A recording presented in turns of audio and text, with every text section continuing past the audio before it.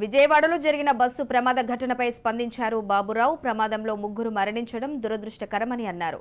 RTC ప్రధాన కార్యాలయమైన Pandit Nehru bus స్టేషన్లోనే ఈ ప్రమాదం చోటు చేసుకోవడం బాధాకరమని, ఘటనపై సమగ్ర విచారణ జరిపించాలని అన్నారు.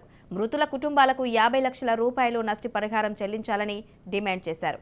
గాయపడ్డ వారికి సంపూర్ణ వైద్య సహాయం, ఆర్థిక సహకారం అందించాలని అన్నారు.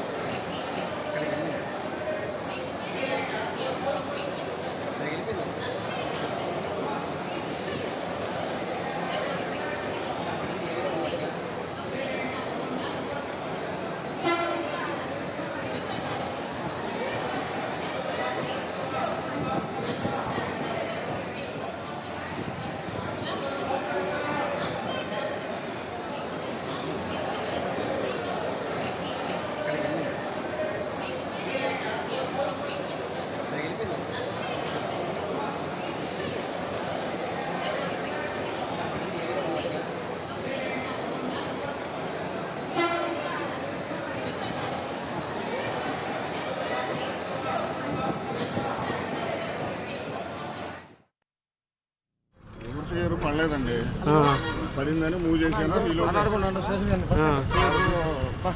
పట్టుకోవడం వల్ల కొంచెం యాక్సిలేటర్ ఇచ్చా, అది ముందుకు ఇచ్చేసి. ఎవరు పడలేదండి, పడిందని మూవ్ చేశాను. పట్టుకోవడం వల్ల కొంచెం యాక్సిలేటర్ ఇచ్చా, అది ముందుకు ఇచ్చేసి. ఎవరు పడలేదండి, పడిందని మూవ్ చేశాను. పట్టుకోవడం వల్ల కొంచెం యాక్సిలేటర్ ఇచ్చా, అది ముందుకు ఇచ్చేసి. రవాణా శాఖ ప్రధాన కార్యాలయమైన పిఎన్బిఎస్ బస్టాండ్లోనే ఈ ప్రమాదం జరగడం చాలా బాధాకరం, విచారకరం. 3 ప్రాణాలు కోల్పోయారు. దీనికి ఆర్టీసీ యాజమాన్యం అలాగే ప్రభుత్వము నైతిక బాధ్యత వహించాలి. ఇప్పుడు దీని మీద సమగ్రమైన విచారణ జరిపించాల్సిన అవసరం ఉంది. దాదాపుగా 15 ఏళ్ల పైన 20 ఏళ్ల వరకు తిరిగినటువంటి బస్సులను ఇంకా రోడ్లపైనే వాటిని వినియోగిస్తున్నారు. కాల పరిమితి పూర్తయిపోయిన వాహనాలు తిప్పుతున్నారు. ఇవన్నీ దెబ్బతిన్నాయి, స్క్రాప్లోకి వెళ్ళాలి, ఆర్టీసీ బస్సుల్ని పక్కన పెట్టాలి. దెబ్బతిన్న వాటి కంటే యాజమాన్యం పట్టించుకోవట్లేదు. దీనివల్ల ఈ ప్రమాదం జరిగింది.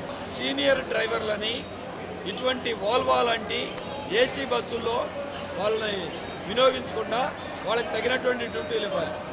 అలాగే వీటి మీద ట్రైనింగ్ ఇవ్వాలి. ఈ బస్సులో తిప్పడానికి ఒక్కరోజు కూడా ట్రైనింగ్ ఇవ్వకుండా వదిలేశారు. మరి దీని మీద మరి ఎవరు బాధ్యత వహించాలి? అవార్డులు వస్తేనేనో యాజమాన్యం, ప్రమాదాలు జరిగితే వాళ్ళకి సంబంధం లేదా?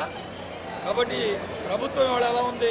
బస్సు ఛార్జీలు పెంచి ఆదాయం ఎలా గడించుకోవాలి, ఆర్టీసీ ఆస్తులను ఎలా అమ్ముకోవాలి, దీని మీద దృష్టి ఉంది తప్ప ప్రయాణికుల యొక్క భద్రత మీద కానీ అలాగే కార్మికుల యొక్క రక్షణ మీద కానీ ఈరోజు ఎక్కడ వాళ్ళు జాగ్రత్త వహించాలి.